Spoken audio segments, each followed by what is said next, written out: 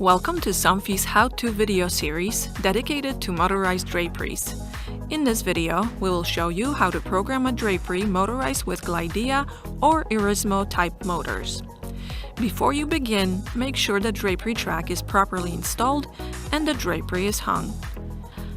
Manually move the drapery to a middle position along the track.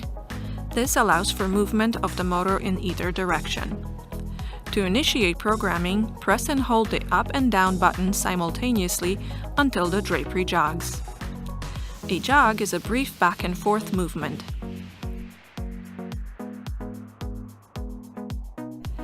Next, briefly press up or down. The drapery will automatically run to record both hard stop positions.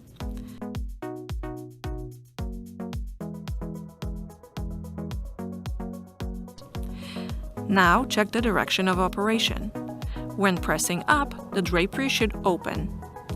If the drapery closes upon pressing up, you will need to reverse the direction of operation by pressing the My button until the drapery jogs. Confirm by pressing up, which should open the drapery. To finalize the setting, press the programming button on the back of the control until the drapery jogs. Both limits are set and the motor is now in user mode.